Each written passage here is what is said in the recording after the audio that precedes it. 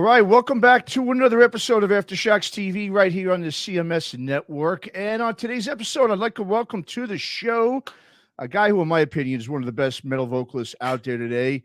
You know him as the new vocalist for the Mighty Metal Church, and of course, he's also the frontman for Ross the Boss. I'd like to welcome to the show, Mr. Marc Lopes. Marc, thanks for coming on, man. How are you? Great, man. Thanks for having me. Absolutely, Marc. Well, yeah, let's get right into it, bud. I mean, Legacy of Blood, Fire, and Steel, latest release by Ross the Boss, exclusively on vinyl. It comes out April 28th on AFMM Records. 15th anniversary, sort of a best of release record here that contains 3 songs from all 4 albums from Ross the Boss, right up until the stellar Born on Fire from 2020. So, Marc, I mean, I'm not sure if you had anything to do with the decision of the release coming out, but I know, and we'll talk about this here in a bit, but unfortunately, I know the pandemic, it really derailed all that momentum from Born on Fire that was going on a few weeks. Yeah, man. I mean, because that hit, I mean, pretty much right after the album came out. So, of course, you guys never got to tour for it, but now you're getting ready to tour here at the end of April in Europe. So, I mean, I guess for the fans, can we assume that we're going to, in Europe right now, are they going to see, I guess you'd say here, these tracks that are on the record, are they going to be sort of like the set list for the tour? I mean, what can you tell us about that? Unfortunately, no. Okay. They're they're focusing on this whole 35th anniversary of the Kings of Metal. I mean, I don't have much say in that. I mean, as much as I love that album, I would have rather play my own stuff, but it is what it is. I mean, will we play some stuff? Obviously, yes. Would I like to play more? Absolutely. But, people go to see the Man-O-War stuff, and that's what we do. I don't get me wrong. I love playing, and it's really enjoyable for sure. But, we're pretty much bound to doing that part of it, so I mean, who knows? You never know. Maybe after a couple of shows we'll add more. I don't know. I mean, I'll play whatever. Sure, yeah. No, absolutely, man. Absolutely. Well, yeah, I want to talk about the last record there, Born on Fire, which to me, I mean, that was one of my top 3 to 5 records in 2020. I mean, I just thought it was outstanding start to finish, and like we were saying, obviously a lot of the momentum was derailed from the pandemic. I know you guys had a big tour that you had scheduled in Europe at that point that got canceled. Obviously, I think there was another one that kind of got canceled a little bit after that. 4 different tours got postponed and canceled. It was crazy, man. That first one was with Burning Witches too, and that would have been that was going to be so good. Yeah, that whole thing derailed. Took the steam right out of everything. And I'm glad you love the album because we put a lot of work into it. God, I remember I was still working on it while we were touring Australia in the hotel rooms because I was, I wrote a lot and I arranged a lot and I produced a lot of stuff off that album myself. So I mean, I was in it. You know what I mean? Everybody's out partying. I'm over there, working on keyboard parts and sending files to America and back to Germany. It was insane. So when everything kind of it was very disheartening. You know what I mean? Because we put a lot of work into that record, so. Oh, absolutely, man. Well, I was going to say, man, if you don't mind, I mean, walk us through, sort of that experience, in terms of, I mean, as a band, I mean, it's great to see you guys obviously, able to recover now and you're getting ready to finally hit the road and do something with the band. But I mean, what does that do for a band in terms of the band's sort of, I guess, psyche in a way? I mean, you're on this high, you've got this great album, you're getting ready to put out, and then boom, it just gets derailed like that. I mean, how different, I guess, was that experience compared to, some of the other, I guess, more conventional obstacles that bands go through, like band member change?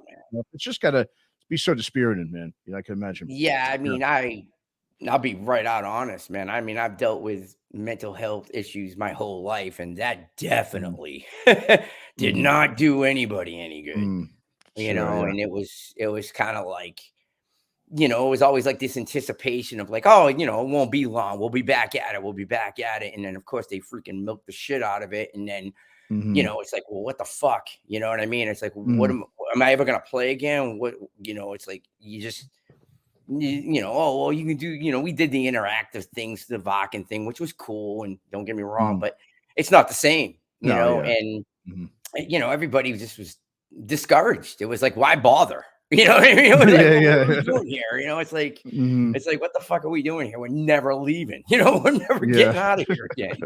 And Uh, you know, it definitely weighed heavy on everybody. You know, and I mhm, mean, it was. I mean, I tried to gather the troops. You know, I was like, we had like me and Michael Pond.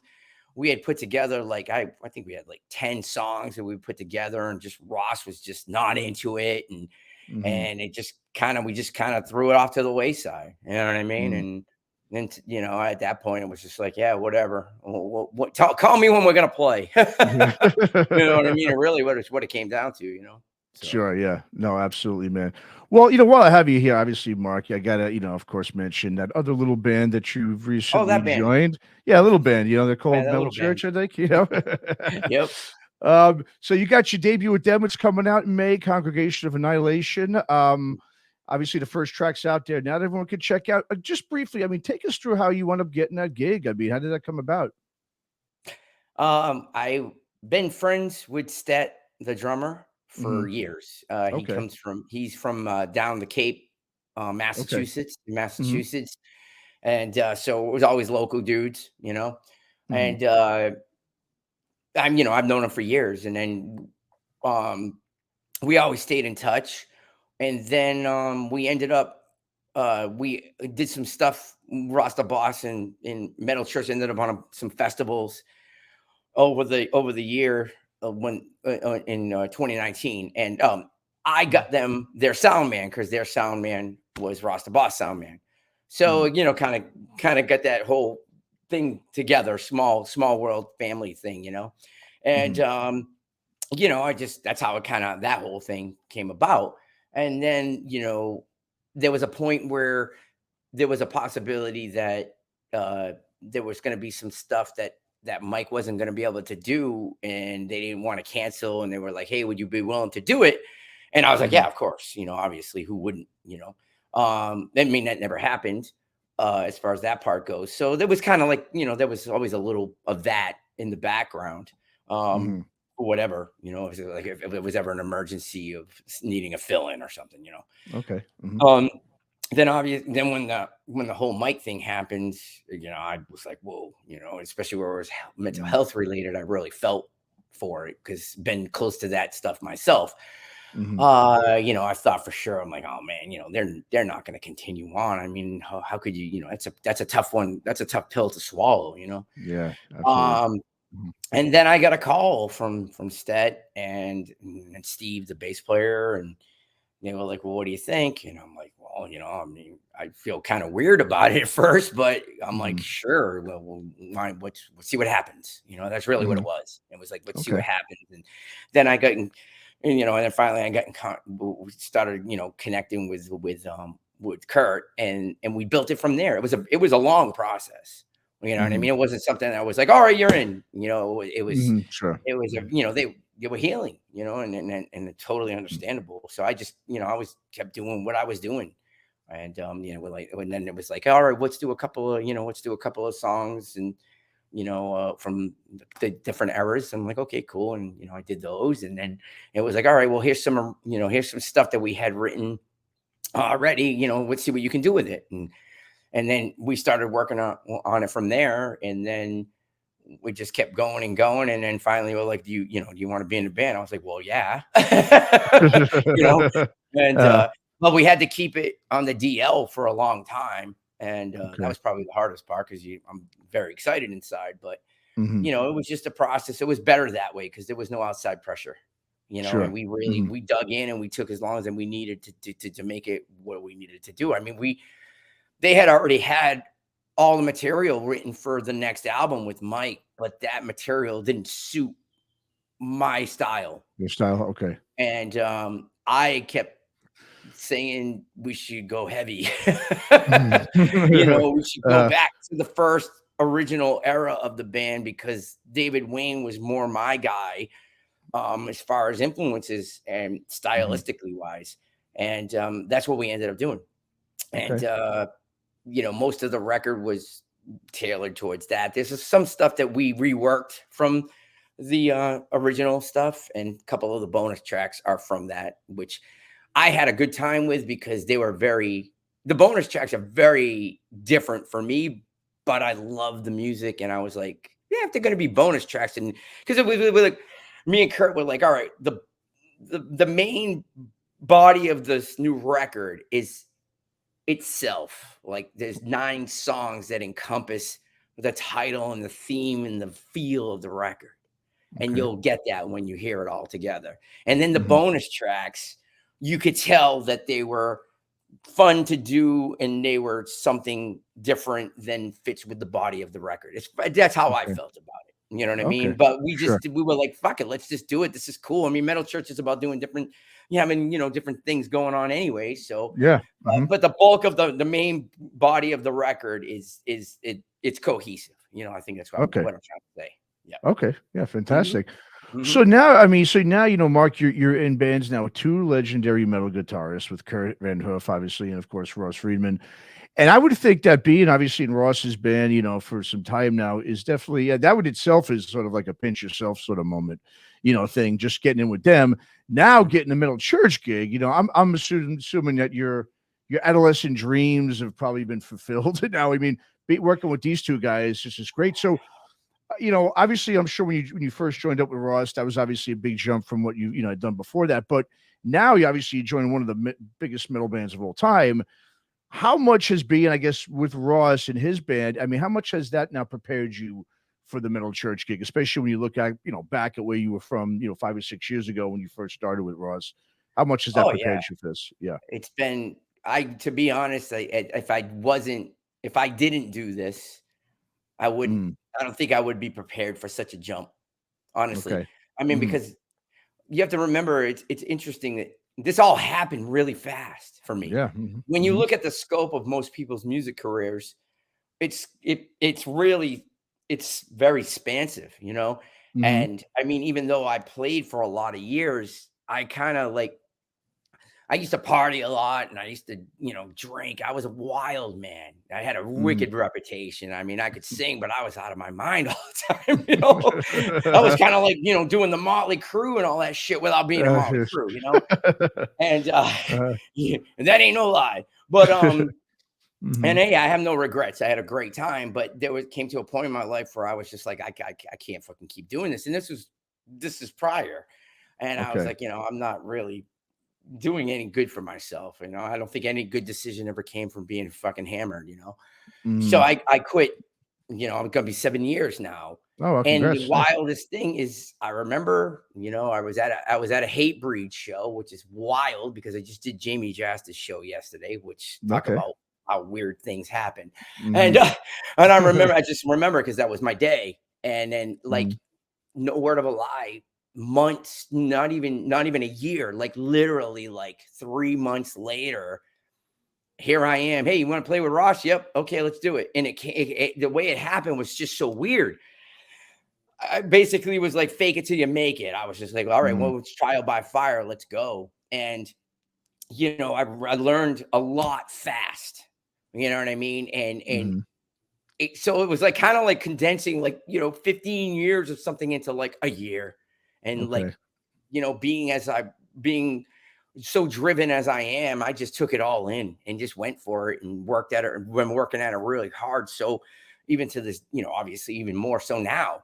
And, but the whole experience with the Ross stuff was, it was pivotal. I would never be where I am now, have not for that. You know what I mean? So it was definitely, like I said, I wouldn't even consider it training because there is no training. Here's 80,000 people, go play. Oh, yeah, okay. I know, right? It's like either you do it or you don't do it. There's no in betweener on that, Sure.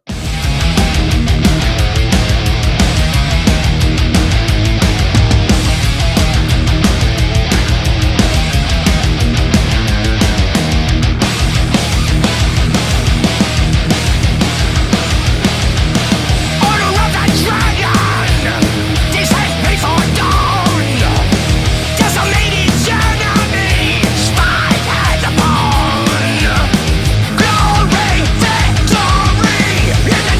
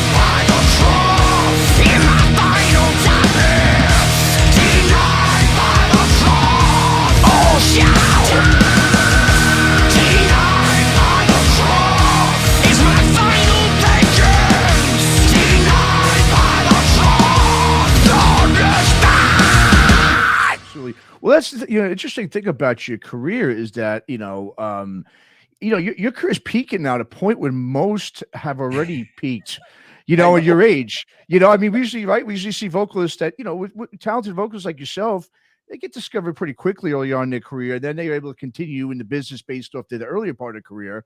But with you, it's the complete opposite. It's like you're firing all cylinders now. I mean, hitting everything as you're getting older. It's very different, obviously. I mean, was there? I mean, your opinion? Why did it take, I guess, so long for people to notice really how great of a singer you are? Was it because, like you said, because you were just more of a hard partier type and didn't really focus as much as you are now? Or what's your opinion?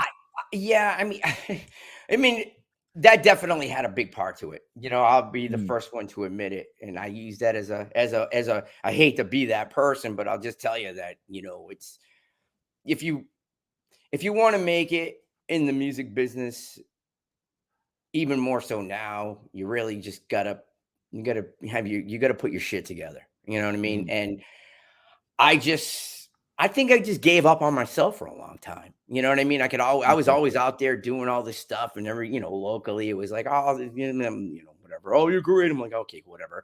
I think it was a personal thing for me where I just didn't really wasn't confident in myself, or I just was dealing with too many things, and I just didn't know how to handle it, and I just made a lot of bad decisions, and I trudged myself through the dirt. I mean, it was funny because the funny thing is I've known so many people in the industry for so many years, and it's wild because I met all those people as a fan, right? And perfect example, some of the guys in Queensryche, some of the guys in the Shadows Fall. I mean, the Shadows Fall guys are my bros. And I met them just as a fan. We had a cover band together with them. And like all the guys in Steel Panther, I met them when they were in middle school, but I was a fan. Sure. So it was kind of weird. I met all these people as a fan, and you're kind of like, hey, I play, and like everybody else. Yeah, okay, you and everybody else plays. And I think the wildest thing for me was, especially, this is wild because I remember I'd known the Steel Panther guys for years. Always would go. I've seen them like 50 times. Always hanging out, and it was always like, "Oh, you play? That's cool." Oh, that I had a couple of original things. Oh, that sounds cool. It was one of those things. And I don't know if it was because I didn't pursue it, or I really don't know. I guess it doesn't matter now. But I remember I was playing Bang Your Head Festival in Germany. We were headlining one stage. Steel Panther was headlining another stage. Metal Church was playing on another stage. It was 3. Oh, okay. So hanging out with my guys in Metal Church, that was wild. And then I saw the Steel Panther guys, and they were like, what the fuck? Last time we saw you, you were just like hanging out in the audience, and here you are headlining here, and we're here. And that was kind of like a surreal experience just in itself, meaning like, fuck, man, I'm finally kind of getting this stuff together, but I think it came down to, I fucked around too much. Okay. Yeah, well, better late than never, right? I mean, it's, well, to be honest, for me personally, I'm glad it's at this point in my life, because for me, I've always been my parents always made fun of. They were always like, man, you've always been a late bloomer. And my parents have been more supportive than anybody. And we laugh about it now, and they're like, well, you finally caught up there, Mark. You finally caught up. You finally did something with this stuff after all these years, and I feel good about it, because I really am in tune with myself now. And I would never have been able to do any of this stuff had I not been at this point in my life. So it was just the way it was meant to be, I guess, and I'm grateful for it. I'm very grateful that people gave me the chance. Ross gave me the chance, and I'm forever grateful for him, because, word gets around, and people were telling me, hey, that guy's a fucking madman.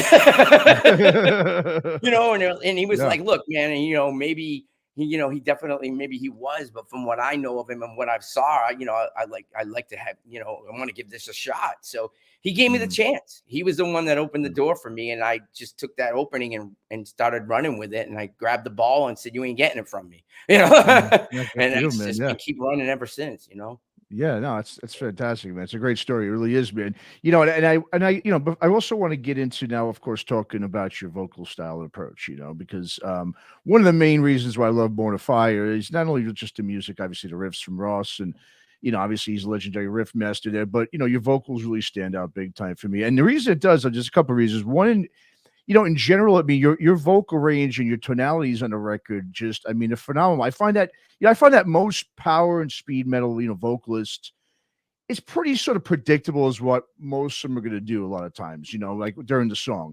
But with you, I mean, it's completely the opposite with you. I mean, you never know where you're going from 1 minute to the next, which I love. I love vocal styles that aren't sort of formulaic and predictable. And the other thing is that, unlike most of the same kind of vocalists in general, metal vocalists really in general, you don't overdo those falsetto parts, And to me, I think most singers, especially in the genre of metal, they just, they love to show everyone, hey, I can hit these high notes, I can do it.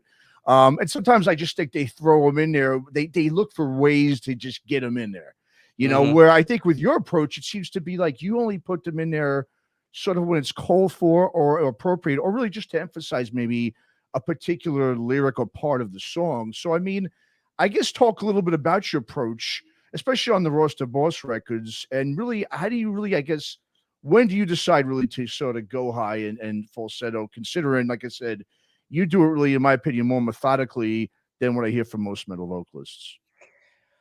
Oh, thanks. I'm glad you noticed that. I just write for the song, and funny when it's weird. It depends on the song. You know what I mean? If it's I'll be honest. Sometimes there's definitely a couple points. Sometimes they'll be like, oh, it'd be really cool just to throw some crazy high here because it would sound wild. You know what I mean? Maybe just for the shits and giggles of playing like, I'm gonna hit a freaking, hit a F4 here, woo, whatever, F5 or whatever, and you can go for it. But but that's why it's not so dominant. I just trying to go for different. I do it like if the song's like a movie in my head. Okay. There's the ebb and flow of things, and I just go how I feel the song needs to be interpreted. You know what I mean? That's really all I can say. I mean, for me, it's just a natural process. And I don't really, I definitely sometimes, it's interesting because some of the songs you could write in 2 seconds if you wanted to be generic. But I've always been a student of, well, what can I put here that no one would expect? How can I make this interesting and different? What can we do here? And I try to approach my stuff like that. What can we do? I should try different things with this part, and I did that a lot on the Metal Church record because obviously it's Metal Church. So there was a certain vibe, but we, it was like, all right, well, I could go like this, but I'm like, maybe we won't do that. Let's try this. And like Kurt was like, oh yeah, that's really cool. We weren't expecting to do that, and there's a couple of songs where I don't sing any high stuff. And it's just, because that's what the song required. Why do we need to stick anything high in there if it doesn't need it? Or maybe it's an effect in the background. That was a big thing because I like layers. I like dynamics, and the dynamic of the tune, it really is what makes it. I mean, I always look at it like this. There's so many people out there that are great singers, better than me. They know how they can hit the notes, they can do this. But if the song and the feel and the dynamic of it isn't interesting or isn't, real to the tune, then it just kind of comes across as generic, Sure. And, I like so many different vocal styles that I can't help but want to just do them. That's what I like to do. I love super heavy. Super heavy. I'm like, I got to do a whole tune. Just I still haven't done it. On my own band, probably I'm going to do that on this record because it's something I've always wanted to do. I was just like, I just want to do it, but I'm going to do it my way, because that's all I know how to do. So it's just a natural thing for me. I like so many things, and I like to experiment with things and try to do things that aren't, they're going to go there. Nah. I don't want to go there. Let's go somewhere else. It's because it's, you know, let's throw it for a loop, make it interesting for the people that are listening to it, you know, because you say, you know, you go like, oh, all right, and it's a power metal song. I know what I'm going to get, and it's going to be this, and it's going to be that. And I'm like, you know, yeah, totally. I mean, that's really what it comes down to. And I mean, and I love all that stuff, but it gets to a point where certain genres of music are just so fucking predictable now. And I'm like, okay, that's all right. Well, wow, cool. There's a 40-piece orchestra there. Okay, cool. You know, it's just I don't really, if I'm going to create something, I really want to stretch my wings as much as I possibly can with the art, because it's art. You know what I mean? At least to me, it is, you know. You know, some people are out there just cookie cutting records, and that's cool. I mean, hey, I don't, you know, that's fine, and they're great. But for me, I have to feel everything that I'm doing. I have to really be into what I'm doing, or it just doesn't. It's a waste of time for me, you know. Sure. No, absolutely. Maybe that's why it took so long too. Well, and I want to talk about, you know, one of your other bands, Let Us Pray, you know, because to me, that's a whole different approach in itself. You know, in fact, I mean, like you said, that's more extreme, obviously. That's like real heavy stuff. And I actually think that's probably your like strongest work as a vocalist, because I mean, you're all over the place in that. It's like, well, I mean, it's awesome, man. I mean, obviously, like you said, it's more extreme, obviously, than Ross the Boss and Metal Church, but the approach too is completely different, at least from what I hear. I mean, obviously, absolutely, like you say, much more harsher tones, but even the melodic parts on those songs that you do, I mean, way different to me than the melody that you do with Ross. You know, I mean, you've got like 10 or so different sort of, you know, things you go in and out of, man. It's really impressive, man. It really is. It's so unique. You know, I mean, so do you have specific styles of voices that you exclusively will use on a particular band, or is it really just go per song, even with the different band? Yeah, I mean, that's cool. I'm glad that you noticed that, because I had this conversation like last week. It was interesting because, like, you know, Let Us Praise my baby. You know, me and my writing partner John, we've been doing it for a long time, and he is like an extreme artist. He's just, to me, he's a genius. You know what I mean? And like, he's I hope in the future people will dig into what he's about, because I call him the quantum computer of writing, because he writes in layers, and it's the fucking wildest shit. He writes like an orchestra, but with metal. It's the wildest thing. And we do, I mean, you think that the first record, the new record's going to even blow people's minds even more. I mean, we're delving into categories that I didn't even think we were going to go into. And I'm like, we laugh. And we're like, dude, no one's going to know what the fuck we're doing. This is great. You know, and we pride ourselves in just going, all right, well, we're going to go here, and then we're going to go totally that way. And then we're going to come back over here. And there's no boundaries. That's what makes that different. It's like, if I feel like singing, like, you know, like, oh, I'm going to do it. I don't care. There's no boundaries. No one's telling me I can't do it. And that's what makes that different. Ross the Boss, it's, you know, it's within a realm of things. You get the Man of War thing going in the classic, you know, more power metal thing. But I definitely try to stick more of some of my aggressive tones in there, because I feel like it needs it. It's aggressive. I've always feel that way, you know, but, you know, still keeping some of the melodic elements to it and that part. And with the Metal Church thing, that was a whole different beast, because I was like, you know, like I said, very heavily influenced by David Wayne. And I love David Wayne, and I always like the David Wayne, Eric Adams thing, I call it, because if you listen to a lot of the early stuff, there's really just this chaotic berserker vibe. You know, it's hostile. There's like really kind of it's controlled, but controlled chaos, I call it. You know, and I always liked that. Was like, we're going to war, and it was this aggressive tone going on, but it's still, you could understand it. It was very different for the time, and I think it went over a lot of people's heads. You know, when you think of heavy now, you think of all these well, I'm going to go sing death metal today, and that's great. I love it. But that was a different type of thing. There was really no training to that. It was just something they did, Okay. And that was a whole different beast, and that's what I wanted to tap into with the metal church thing, because that was the thing I loved about the metal church stuff, was that early David Wayne stuff. And me and Kurt must have had so many conversations about that. And that was what I really attuned myself to.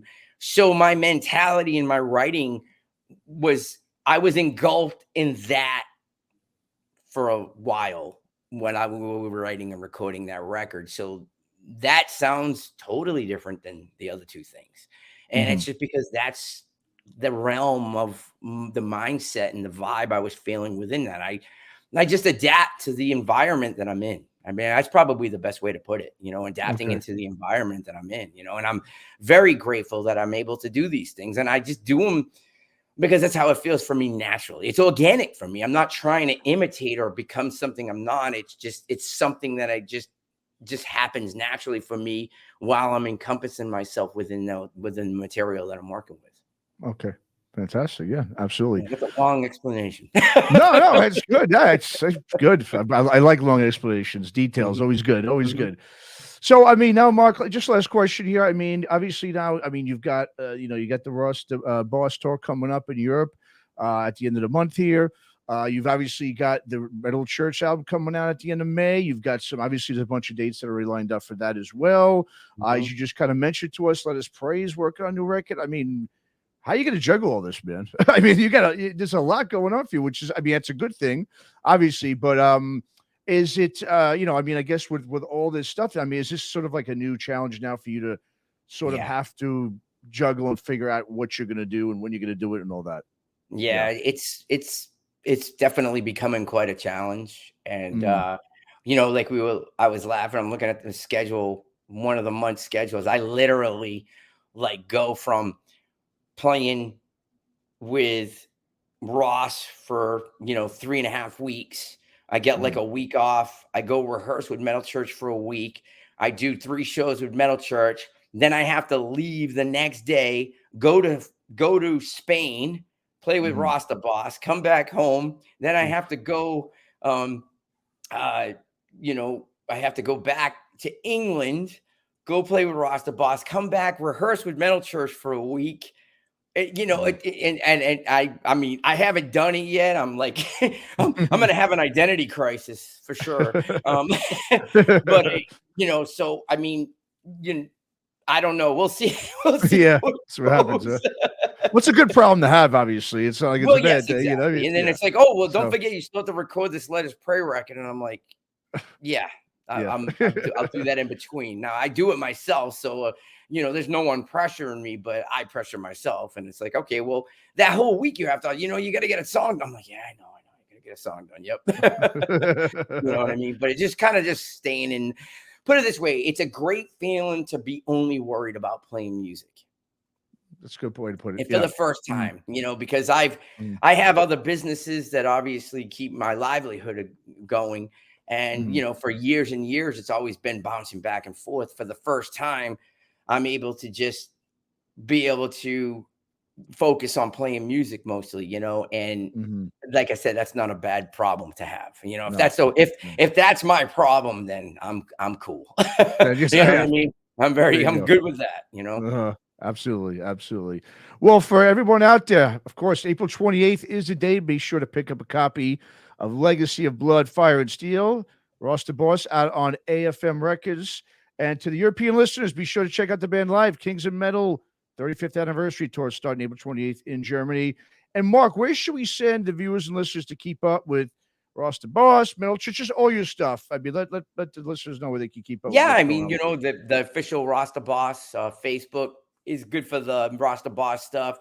The Metal Church stuff, all of everything from Twitter to they keep really good stuff up on that. And then my personal thing on Instagram's where I like to roam because I like pictures. Okay. So and I like to watch my dog videos. I love those I love the animals, so it keeps me sane from the rest of the craziness of the internet. So that's the best way. And then it always goes to Facebook anyway. So yeah, I just, if you want to catch up with stuff that I'm doing, I'm always on the Instagram. I love that. I love it there. That's awesome, man. All right, again, Legacy of Blood, Fire and Steel, April 28th. And Marc, thanks for coming so much for coming on Aftershocks, man. I really appreciate it, and good luck with everything. And I can't wait to see you on the road, man. Thank you. Absolutely.